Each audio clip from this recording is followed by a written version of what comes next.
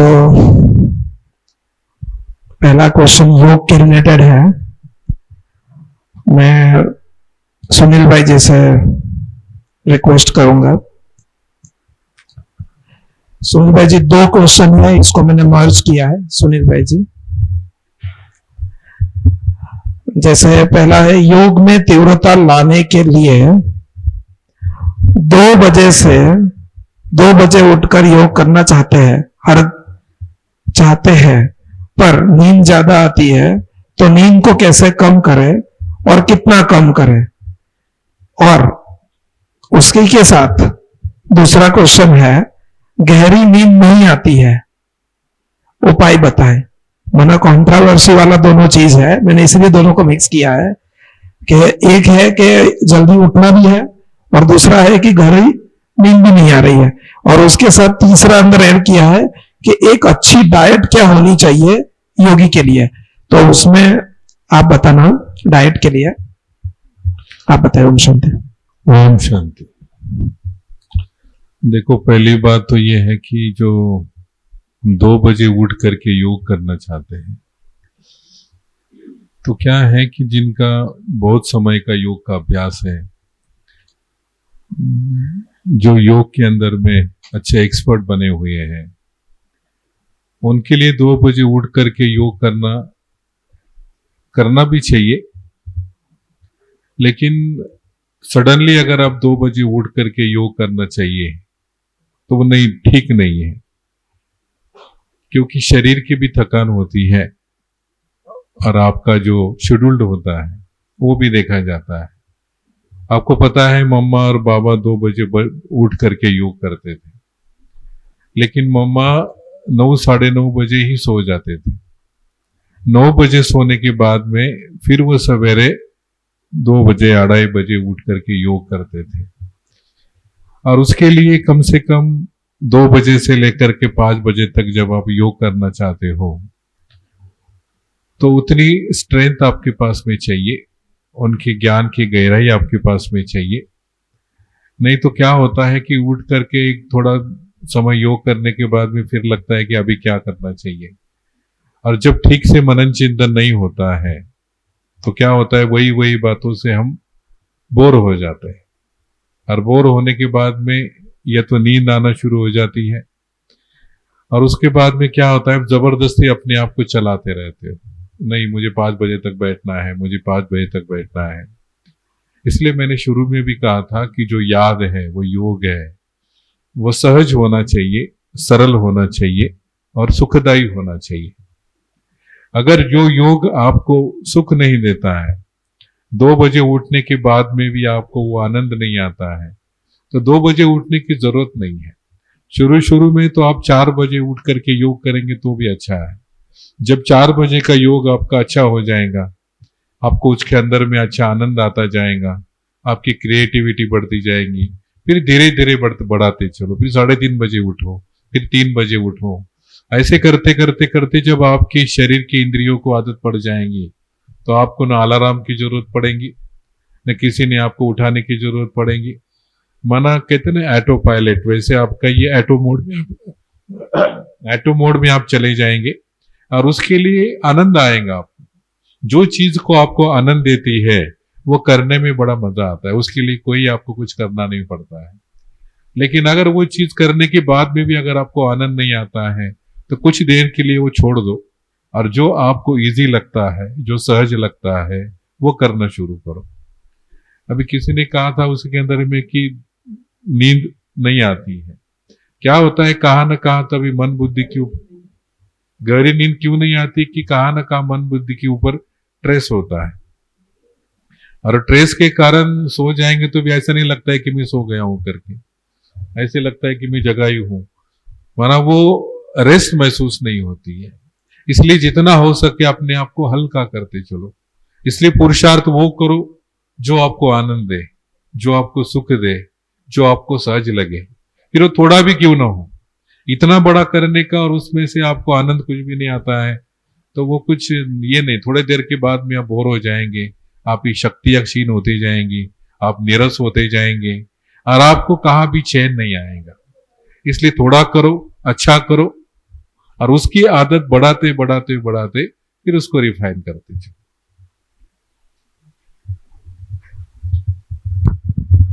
इसी में ऐड था कि डाइट, योगी जीवन का डाइट माना योगी डाइट, बराबर। जो सबका क्वेश्चन होता ही है कभी ना कभी कि क्या खाए, कुछ कुछ कहते हैं कि ये अलग अलग प्रकार के, अभी भी बीके लाइफ में भी बहुत सारा डाइट चल रहा है भाई जी। हाँ जी। कोई किसी को फॉलो कर रहा है, कोई किसी को फॉलो कर रहा है, कोई किसी डॉक्टर ने बताया है, कोई किसी ने बताया है कि ऐसा करो, शाम को ये खाओ, दोपहर को ये। और आफ्टर कोविड तो ये बहुत सारी चीजें डेवलप्ड हो गई, पहले कुछ पता नहीं था इतना, पर अभी बहुत ज्यादा हो गया उसको। तो आप एकदम उसको शॉर्ट एंड स्वीट में इजी कर दीजिए। जैसे भाई जी ने कहा ना, शॉर्ट एंड स्वीट, क्योंकि ये सब्जेक्ट बहुत लंबा है, तो उसमें सिंपली कहना चाहूंगा कि योगी जो है वो हल्का रहता है हमेशा, तो उसको जो भी हेवी डाइट है वो यूजुअली अवॉइड करना है, ठीक है। और फ्रीक्वेंसी भी, हम कितनी बार खा रहे हैं, क्या खा रहे हैं और कभी खा रहे हैं, समय, वो भी हमें देखना है। तो यूजुअली एक डिक्टम बना लीजिए कि हमें एवरेज जिसको सूट होता है, देखिए मैं आपको एक बात बोलूं और आपकी बॉडी को सूट ना करे तो आप वो फॉलो नहीं कर पाएंगे। हर एक की बॉडी अलग होती है, तो मैं जो फॉलो बोलूंगा वही बेस्ट आपके लिए होगा, जरूरी नहीं है, लेकिन आप ट्राई करके देखिए 3 महीना, उसके बाद आपको सूट करता है तो उसको फॉलो कीजिए, या फिर आप अपने तरीके से मॉडिफाई कर सकते हैं। क्योंकि आजकल जैसे भाई जी ने कहा बहुत सारे डाइट निकले हैं, बहुत सारे लोग कुछ कुछ बातें बताते हैं, लोग फॉलो करते हैं, वीकनेस भी होती है, बहुत कुछ हो रहा है आजकल, क्योंकि हम ब्लाइंडली फॉलो करते हैं। तो सिंपली ये बात रखें कि हम अगर पॉसिबल हो तो 2 या 3 बार खाएं दिन में, 3 बार एक एवरेज डाइट है। अगर किसको कोई प्रॉब्लम है तो ज्यादा बार भी खा सकता है, ये बात नहीं है, लेकिन एक एवरेज 3 टाइम्स अगर आप ये करना चाहो तो वो बेस्ट है। आप मॉर्निंग में ज्यादा से ज्यादा, है ना, रॉ फ्रूट आप खा सकते हैं, मीन्स नेचुरल डाइट। और जो मैं फॉलो कर रहा हूं बहुत सालों से, वही आपको बोल रहा हूं मैं, क्योंकि वो ट्राइड एंड टेस्टेड है मेरे ऊपर एटलीस्ट, ठीक है। तो उससे वेट भी कम होता है, रहता है, और हल्के भी रहते हैं हम, बीमारियां दूर रहती है, अमृत वेला भी अच्छा होता है और हल्का लगता है। तो आप 3 बार खाएं मॉर्निंग में, नेचुरल फ्रूट्स, सैलेड, स्प्राउट्स, ऐसा आप खा सकते हैं।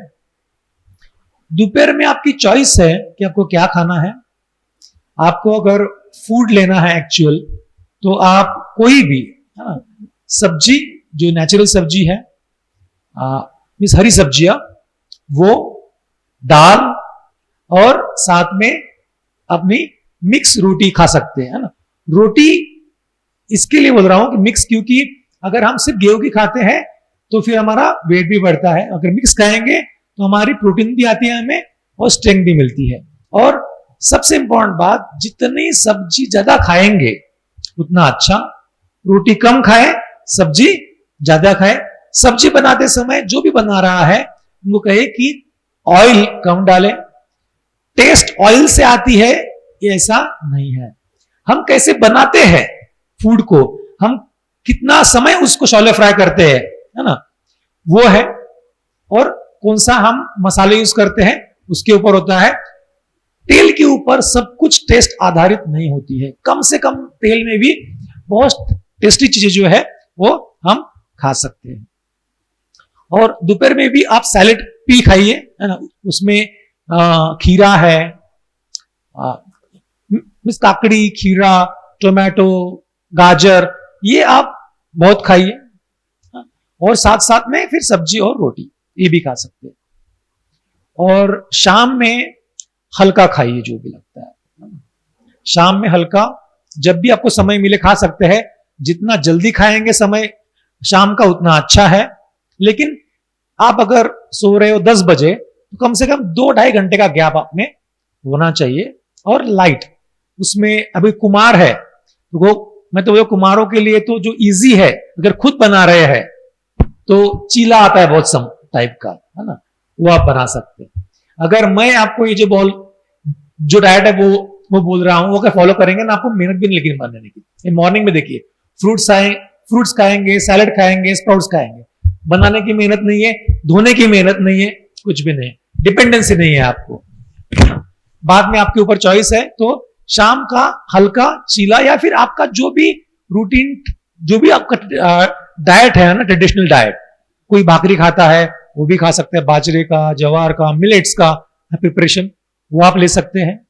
जो भी आपका फूड है रूटीन वो खाइए, लेकिन कम से कम तेल हो उसमें, फ्राइड चीजें कम हो, जो ऑयल में उबलता हुआ है वो आपको कम खाना है, और शाम का आपको कम भोजन करना है।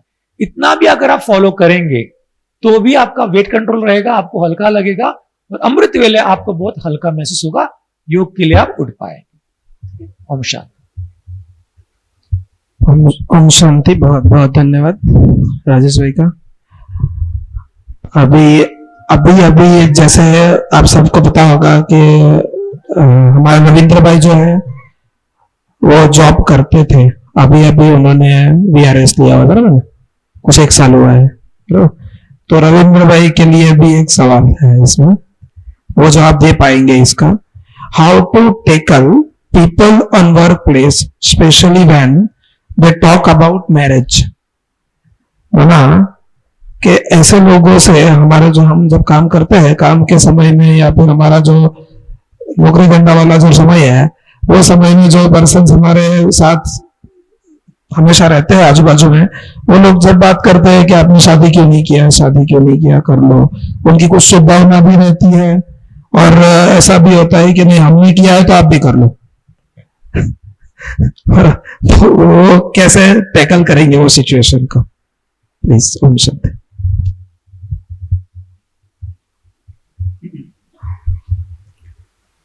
ओम शांति। मुझे लगता है ये जो प्रश्न पूछा होगा ये नए नए कुमार होंगे, उनके होंगे, क्योंकि पुरानों का तो ये पैटर्न अभी मुझे लगता है गया होगा, क्योंकि अभी उनकी उम्र भी बड़ी है और उन्होंने अपना पक्का निर्णय किया, और घर वाले भी समझ गए होंगे कि अभी ये तो हमारे हाथ से गया जो मेरे साथ हुआ था। बाकी नए जो बच्चे हैं ये सभी ध्यान देंगे, जरूर आपसे पूछेंगे, क्योंकि आपकी उम्र है और आपका कल एक साथ माना उनके अपोजिट प्रवाह में आप बह रहे हो, तो उनको एक संशय रहता है आपके ऊपर कि इसने जो सोचा है ठीक है, अच्छी बात है, लेकिन ये कर पाएगा या नहीं कर पाएगा। इसीलिए वो शुभ भावना से, जैसे भाई ने कहा, वो इसलिए बोलते हैं। इसलिए आप उनके साथ ऐसा रहना चाहिए जो उनको लगे कि इसने जो पथ चॉइस किया है ना एकदम परफेक्ट है, इसके अनुकूल है। माना आपका उठना, आपका बैठना, उनके साथ वार्तालाप करना, आपको जो टाइम मिल रहा है उसके बीच में वर्क प्लेस पर आप कैसा यूटिलाइज करते हो। उस समय अगर आपको टाइम मिल रहा है, आप कुछ लेकर पढ़कर अव्यक्त वाणी का कुछ अध्ययन कर रहे हैं, या कुछ आप मेडिटेशन कर रहे हो, या कुछ अच्छी बात सुन रहे हो, या उनके साथ ही गपशप करते रहेंगे, हंसते रहेंगे, उनके साथ ही हाथ को हाथ मिला के टच करेंगे, और फिर उनको डाउट्स आते हैं आपके ऊपर कि अरे ये तो हमारे जैसा ही है और बोल रहा है कि मैं ये करूंगा। इसीलिए हम उनके मन में प्रश्न निर्माण कर रहे हैं। मेरे लिए ऐसा उनके मन में कभी प्रश्न नहीं आया। वो सभी लोग देखते थे, जबकि मेरे माता पिता भी, उन्होंने भी हमको फोर्स किया क्योंकि उनकी बात सही थी, लेकिन उनको ये निश्चय होता था कि नहीं ये जो है ना ये अलग ढंग के, क्योंकि हम सवेरे उठना घर के अंदर भी, और घर के अंदर ही मेडिटेशन करना। क्योंकि हम लोग क्या करते हैं मालूम है, जो अभी नए बच्चे बैठे इसलिए मैं बताता हूं, आप सेंटर पर आकर योग जरूर करेंगे, घंटों घंटा करेंगे, लेकिन मैं आप सभी से कहूंगा कि आप जब सेंटर पर योग करते हो तो आपको घर में भी तो योग करना चाहिए ना। और तीसरी चीज, आप योग यहां भी करना चाहिए जो आपका वर्क प्लेस है, वहां भी आपको मेडिटेशन करना चाहिए, और वहां मेडिटेशन के टाइम आपको सोमान लेना चाहिए कि मैं परम पवित्र आत्मा इस वर्क प्लेस पर आई हूं, मेरे आसपास में जो भी आत्माएं हैं उनके मन में भी अपवित्र संकल्प निर्माण नहीं होंगे, क्योंकि मैं अब उनके साथ हूं। आप देखना, वो भी आपको कभी इस बात में टोकेंगे नहीं कि आप शादी करो, क्योंकि आप जाते ही ये वाइब्रेशन आप फैला रहे हो। लेकिन पहले करो तो सही। ये करेंगे तो उनके मन में ये प्रश्न ही नहीं निर्माण होगा। इसलिए 4 जगह पर जो उन्होंने प्रश्न पूछा है वो जरूर ये करे, र शब्द याद रखे। एक मना घर पर योग करना चाहिए, घर। दूसरा र मना आपका सेंटर, और तीसरा र मना आपका दफ्तर, और चौथा र मना आपका बिस्तर। बिस्तर भी इंपॉर्टेंट है, क्योंकि वहां अगर योग नहीं करेंगे ना, वहां ही सब गड़बड़ हो जाती है। इसलिए सभी ध्यान देंगे। कुमार, 4 जगह पर आप योग की नींव डालो। फिर भी लोग अगर पूछते तो क्या करें उसके लिए, ये भी तो जरूर है ना, फिर भी पूछ रहे भाई क्या करें। तो उसके लिए एक ही बात है, उस समय आप मौन रहे, कोई बात न करे, क्योंकि विषय से विषय निकलता है और वो आपके लिए पावरफुल है। आप उस समय कमजोर हो, क्योंकि हमारे पास ठोस उत्तर नहीं होता है, इसलिए आप उसका कोई उत्तर न दे, करके दिखाए। ये सबसे पहला टैकल आप माना, आप एक रास्ता अपनाए कि फिर भी अगर आपको कुछ फोर्स करते हो, फिर भी आपको वो लोग बोलते हैं, आप उस समय कोई भी आर्गुमेंट नहीं करेंगे, आप उसके प्रति शुभ भावना रखेंगे, क्योंकि आपने जो पथ चॉइस किया है वो उनके बोलने से भी नहीं, आपके माता पिता के बोलने से भी नहीं, आपके दिल से आपने चॉइस किया हुआ है ना। तो रास्ता भी आपको ही ढूंढना है। ये फिर से प्रश्न किसी को नहीं पूछना, क्योंकि जितना प्रश्न पूछेंगे ना, उतना मन में आएगा कि वही काम करूं जो वो लोग पूछ रहे हैं। उस प्रश्न को विराम दे दो, रास्ता निकालते चलो। वो सारा मैटर थोड़ा दिन के बाद शांत हो जाता है। ये थोड़ा टाइम की बात रहती है, बाद में आपको कोई पूछेगा भी नहीं और बोलेगा भी नहीं। सिर्फ आप आपकी एक्ट जो है वो योगी लाइफ की रखते हुए चलेंगे। ये मैरिज की बात आपके लिए कोई मायना नहीं रखेगी। ओम शांति। ओम शांति, बहुत बहुत धन्यवाद। और जब भी हम संगठन में आते हैं तो बहुत सारे यहाँ कुमार हैं जो एक्सपीरियंस्ड है ये सब चीजों को टैकल करने के। आप उनसे भी जब मिलेंगे, जो भी नए हैं, तो वो आपको गाइड कर सकते हैं कि अरे ये सिचुएशन में उन्होंने कैसे किया। ये सिर्फ ऑफिस की बात नहीं है, घर पे भी बहुत सारे ऐसे इश्यूज होते हैं, वो लोग भी फोर्स करते हैं, तो उनको भी कैसे सॉल्व करना है तो वो भी बता सकते हैं। सुनील भाई जी के लिए मैं एक प्रश्न है, 2 प्रश्नों को मैं कंबाइन करूंगा वापस, क्योंकि हमारे पास समय भी थोड़ा कम है।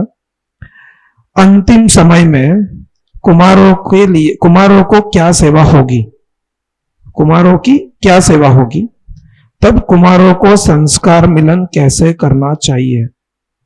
अंतिम समय में कुमारों की क्या सेवा होगी, तब कुमारों को संस्कार मिलन कैसे करना चाहिए, एक है। और साथ में ही एक क्वेश्चन है जो बहुत बड़ा एक्सप्लेनेशन साथ में दिया हुआ है, मैं उसको शॉर्ट में बता रहा हूं कि बाबा का डायरेक्शन है कि ये वर्ल्ड ड्रामा साक्षी होकर देखना है। पर अभी के जो सोशल, अभी का जो समय चल रहा है, इसमें रिलीजियस और ये सब के ऊपर बहुत सारे झगड़े हो रहे हैं, जैसे इजराइल का भी जो केस चल रहा है। उस समय हम स्पिरिचुअलिटी में अपने आप को कैसे प्रिपेयर करें, आध्यात्मिकता से हम कैसे संपन्न बने, और हमारे पास से and what is expected from us in ब्राह्मण परिवार physically, and what is expected from us in ब्राह्मण परिवार फिजिकली। माना ब्राह्मण परिवार हमारे से फिजिकली, माना हमारी प्रेजेंस के साथ क्या एक्सपेक्ट करता है हमारे साथ, हमारे पास ये सब सिचुएशन में। तो दोनों क्वेश्चन है। पहला, अंतिम समय में कुमारों को क्या सेवा होगी, और कुमारों को संस्कार मिलन कैसे करना चाहिए।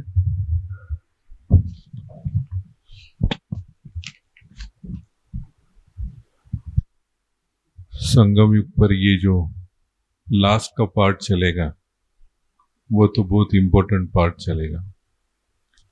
आप में से कौन कौन समझते हैं कि मुझे अंत तक पार्ट बजाना है, और कौन समझते कि बाबा अभी मुझे लेके जाएंगे तो भी चलेगा।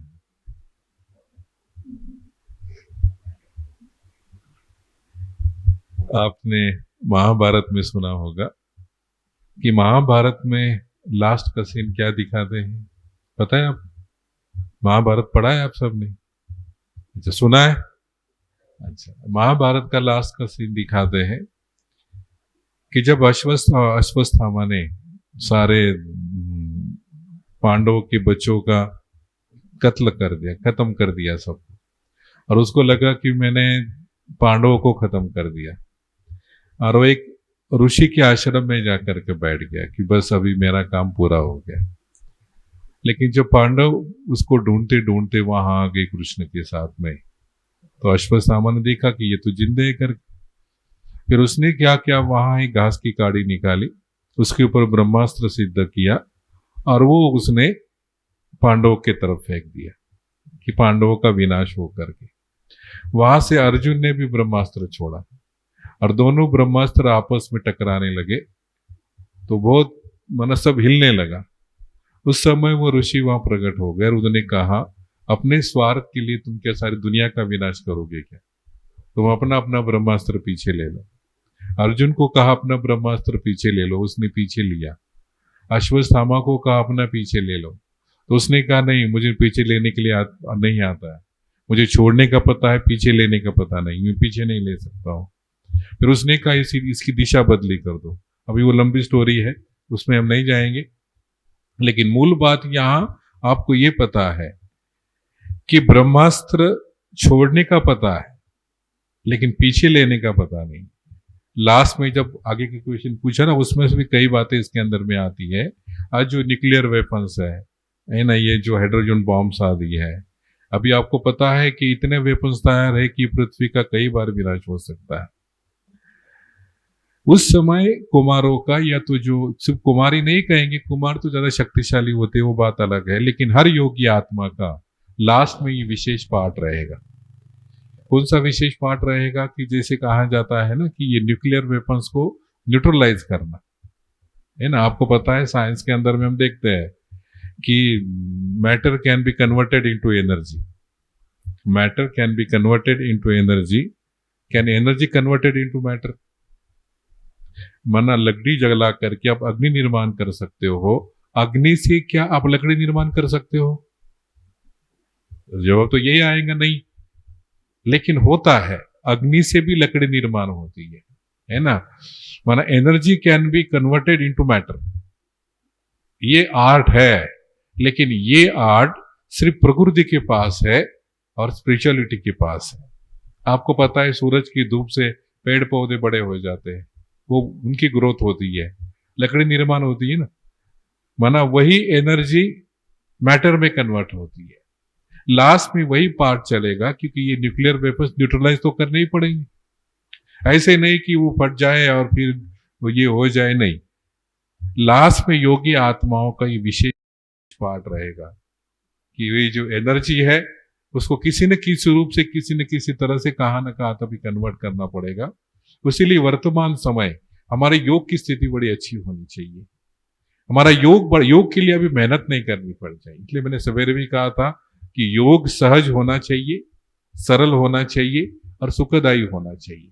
आपके लिए वो आनंददायी होना चाहिए, इंटरेस्ट का सब्जेक्ट होना चाहिए। ऐसे नहीं योग नहीं लग रहा है फिर भी हम बैठे रहे हैं, मन बुद्धि यहाँ भटक रही फिर भी हम बैठ रहे हैं, लाल लाइट लग रही फिर भी हम बैठ रहे हैं। इस प्रकार की योग से अभी उलझन से बाहर आना चाहिए, और इससे बाहर आकर के हमारा योग बड़ा सहज, सरल और सुखदायी होना चाहिए। उसी के लिए जो माना कैलिबर हो गए, उन्हीं आत्माओं को अंत में विशेष पार्ट बजाना है, क्योंकि ये दुनिया के अंदर में तमोगुनी वाइब्रेशन को भी न्यूट्रलाइज करना है आपको।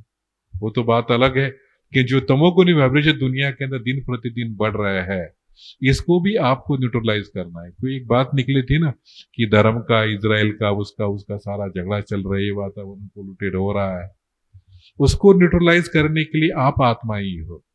आप आत्माओं के ही जो शुभ संकल्प है, बाबा कहते हैं ना, शुभ भावना, शुभ कामना, वृत्ति के द्वारा वृत्ति परिवर्तन करना। आज तक हमने ये उर्लियां बहुत पढ़ी है ना, इसके ऊपर डिस्कशन भी बहुत किया है, लेकिन प्रैक्टिकली अभी हमको कहाँ न कहाँ तभी उसको एक्ट में लाना पड़ेगा, एक्सपेरिमेंट करने पड़ेंगे कि वृत्ति से वृत्ति कैसे परिवर्तन होती है ना। उसी के लिए हमें अपने अंदर में कौन सी धारणाएं करनी पड़ेंगी, और हर एक को वो पेपर देना पड़ेगा। जो समझते हैं कि अंतिम समय में मुझे विशेष पाठ बजाना है, उनको इसी के लिए अपने आप को तैयार करना ही पड़ेगा। अगर आपके अंदर बीज भी है कि मुझे अंत तक रहना है, विनाश देखना है, आगे की साथ देखना है, तो ये आपके अंदर का बीज है, और ये बीज कहाँ ना कहाँ तभी फलीभूत जरूर होगा। आप नहीं करेंगे तो ड्रामा आपसे करवाएगा, समय आपसे करवाएगा और उसके लिए आप तैयार हो जाएंगे। ऐसी सिचुएशंस आपके सामने आएंगी, ऐसी परिस्थिति आपके सामने आएंगी, आपके अंदर बेहद की वैराग्यवृत्ति होगी। न कोई व्यक्ति आपको आपके तरफ आकर्षित कर सकता है, न कोई वस्तु है, न वैभव है, न पदार्थ है। सबसे आप आत्माएं अपने आप को ऊपर उठी हुई अनुभव करेंगे। और एक एक आत्मा, मेरे को लगता है कि यहां बैठी हुई एक एक आत्मा आगे आने वाले समय में उस स्थिति का सुंदर अनुभव करेंगी और अपने आप को उसके लिए प्रिपेयर करेंगी। ओम शांति। ओम शांति। तो अंतिम पेपर के लिए सब तैयार है ना? हाँ, आंसर तो मिल गया है सबको। राजेश भाई के लिए एक क्वेश्चन और उसके बाद लास्ट है रविंद्र भाई के लिए। तो ये सेकंड लास्ट है। क्या शिव बाबा को हम मनुष्य के दुख का आभास होता है?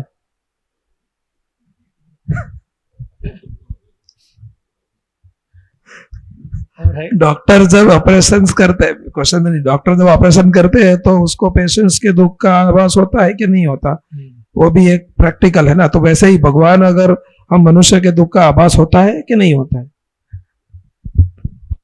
देखिए, बाबा मुरलियों में बहुत सारी बातें बताते हैं कि हमारा भी और बाकी भक्त आत्माओं का भी पुकारते हैं। तो अगर दिल से पुकारेंगे तो वो तो उनका बाप है ना। तो बाप को अगर लौकिक बाप भी है तो भी उसका माया बाप, बच्चा दूर भी बैठा हुआ है तो भी फील होता है ना उसको दुख, उसको फील होता है कि हाँ कुछ तो अलग चल रहा है, कुछ तो है। वैसे वो फील मीन्स उसको बाबा को तो मालूम पड़ता है, ठीक है। लेकिन बाबा ये कहते हैं कि आपके दुख और आपकी पुकार सुनकर मैं नहीं आता। कभी कहते हैं कि आता हूं, लेकिन नहीं आता, मैं ड्रामा अनुसार ही आता हूं। मीन्स अगर बहुत दुख है इसके लिए मैं चला हूं, ऐसा बाबा का नहीं है। तब तक बाबा साक्षी होकर देखता है कि ये खेल चलने दो, और जब ड्रामा अनुसार बाबा का रोल आता है तब बाबा आता है। यही उसका आंसर है, ठीक है। ओम शांति। ओम शांति। बहुत बहुत थैंक यू। रविंद्र भाई आपके लिए लास्ट बट नॉट लिस्ट।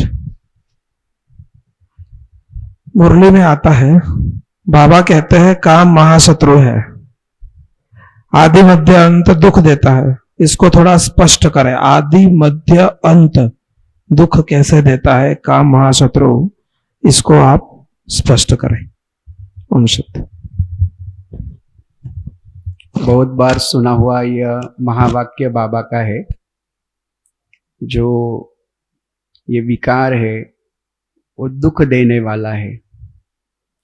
आदि माना उसकी शुरुआत कब हो गई, वो उसकी आदि, मध्य और अंत माना कहने का मतलब है, इसको संगम पर भी आप ले सकते हो मेरे चिंतन के हिसाब से।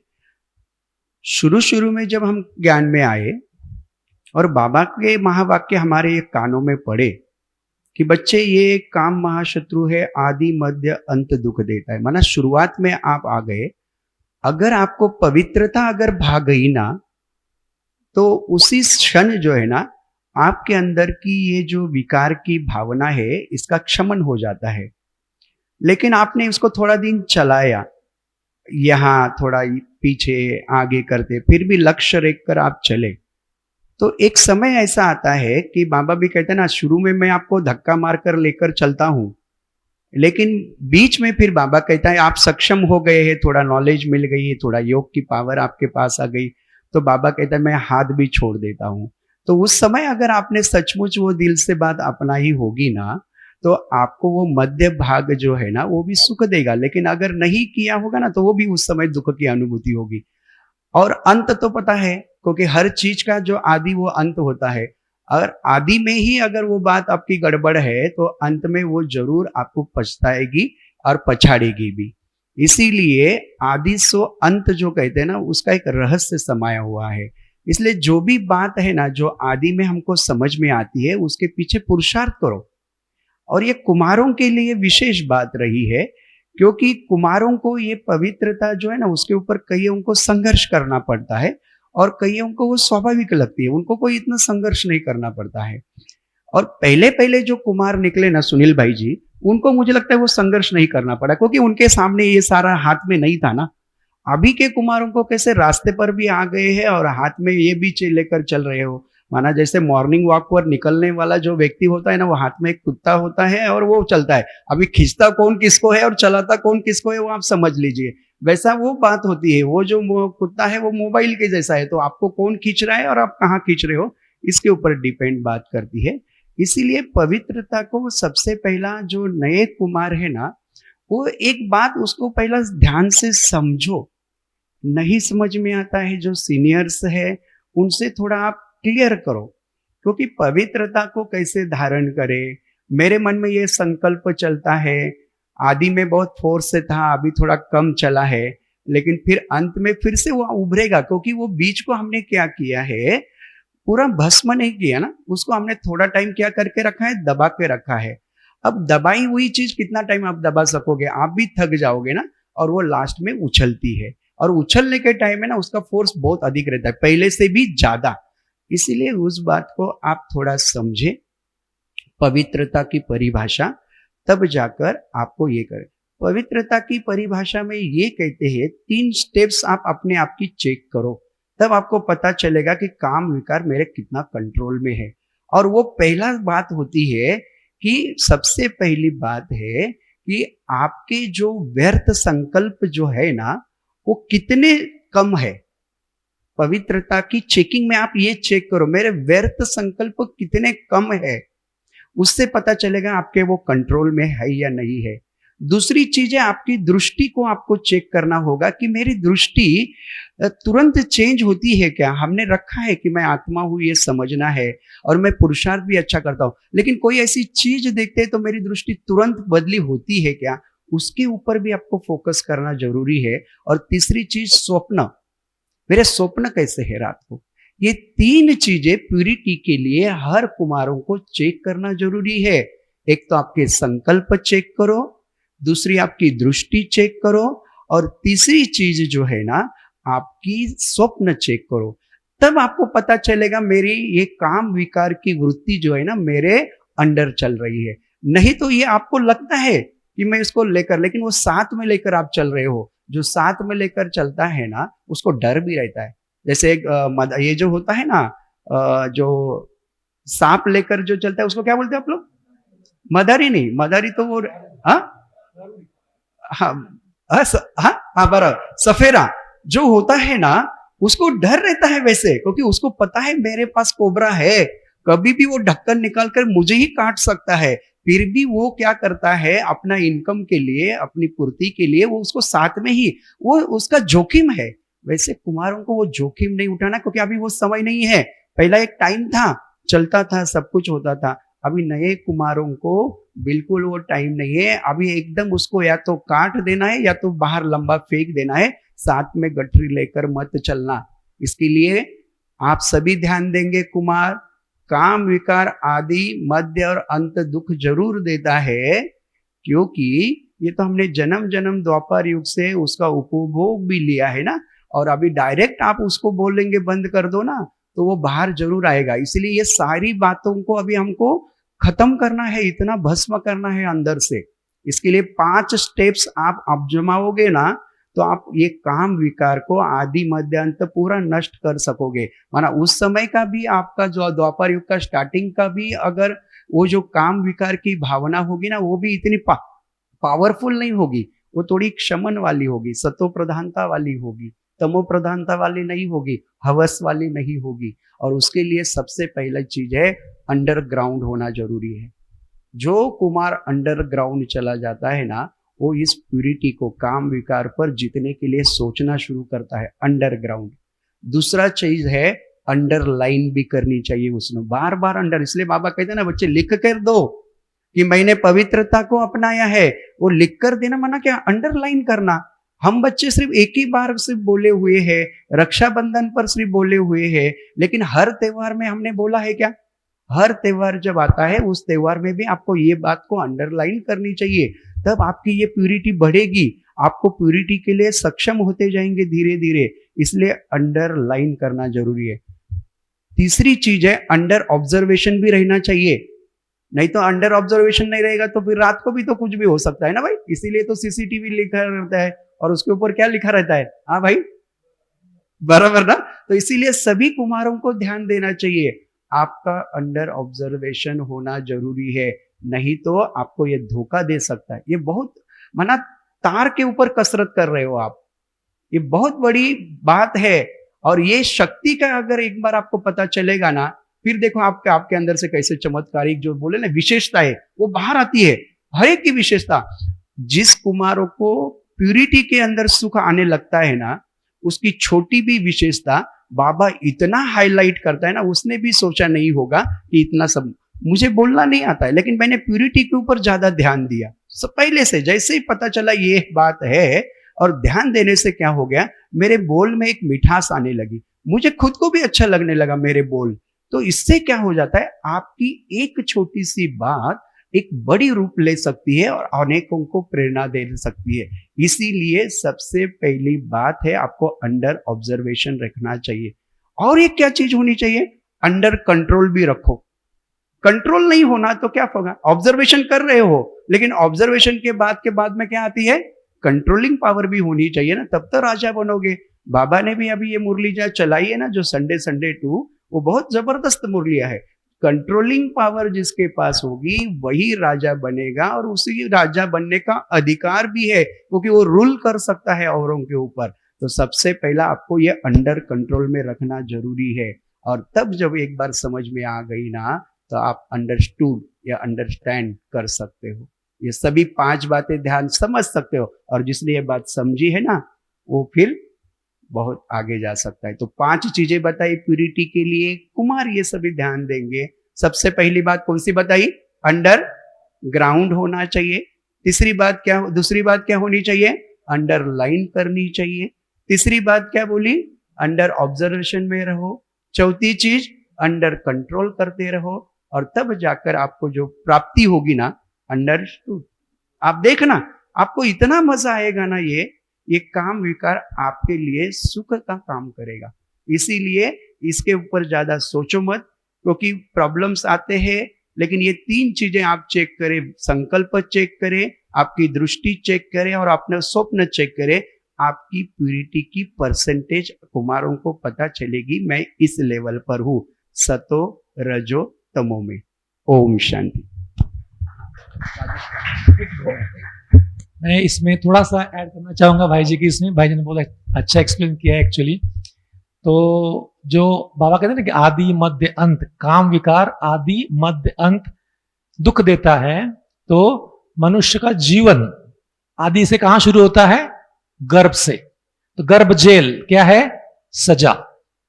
सतयुग में क्या होगा, आनंद होगा, वहां पर भी गर्भ में भी, लेकिन यहां पर भी सजा है, बहुत दुखी रहता है। बाहर आता है मध्य, जीवन जीता है।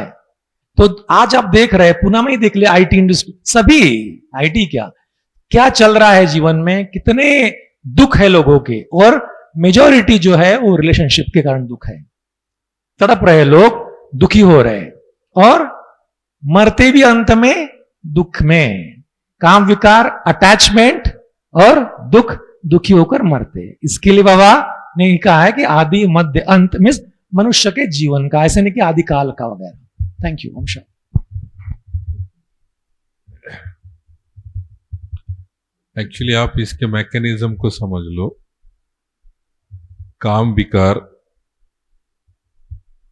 बाबा कहते हैं कि ये तो मनुष्य आत्माओं के लिए हानिकारक है, लेकिन द्वापर युग के बाद में इसी का ही राज्य होता है। तो द्वापर युग से लेकर के कलयुग अंत तक ये काम विकार चलता है, और सतयुग त्रेता युग, ये 2 युग, इसका कोई नामो निशान नहीं होता है।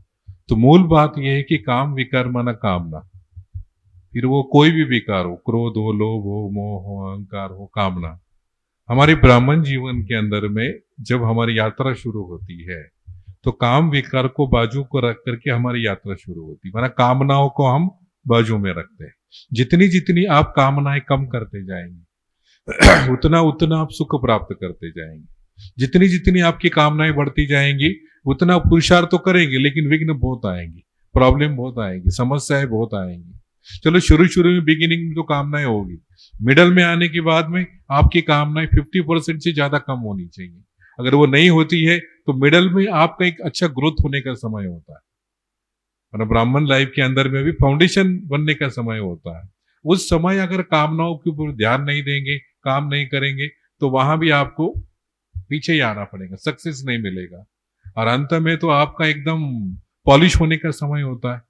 उस समय आप निखर करके बाहर आते हो और उस समय पर आपके अंदर की कामनाएं बिल्कुल खत्म होनी चाहिए।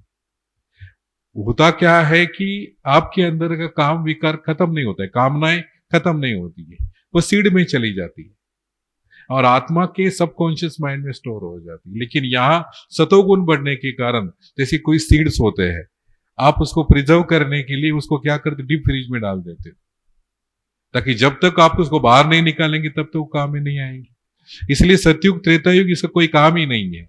और संगम युग पर अभी इसका काम हमारा खत्म हो गया है। ये ऑर्डर अपने आप को दे दो, अभी काम विकार मेरे लिए नहीं है, अभी ये मेरे लिए खत्म हो गया, अभी मेरे लिए ये पवित्र जीवन ही इंपॉर्टेंट है और इसी को लेकर के मुझे चलना है। तो वो संकल्प भी आपको मना आएंगे नहीं बार बार, क्योंकि एक बार आपने अपने आप से कमिटमेंट कर लिया कि वो रास्ता मेरे लिए बंद हो गया, वो मेरे लिए नो एंट्री है, अभी मुझे उस तरफ नहीं जाना है, तो ऑटोमेटिकली आप सेफ होते जाएंगे और सारा जो झमेला है उससे आप बाहर निकलते जाएंगे। ओम शांति। तो सभी को अंडरस्टूड, अंडरस्टैंड, ओके है ना सब? ओके।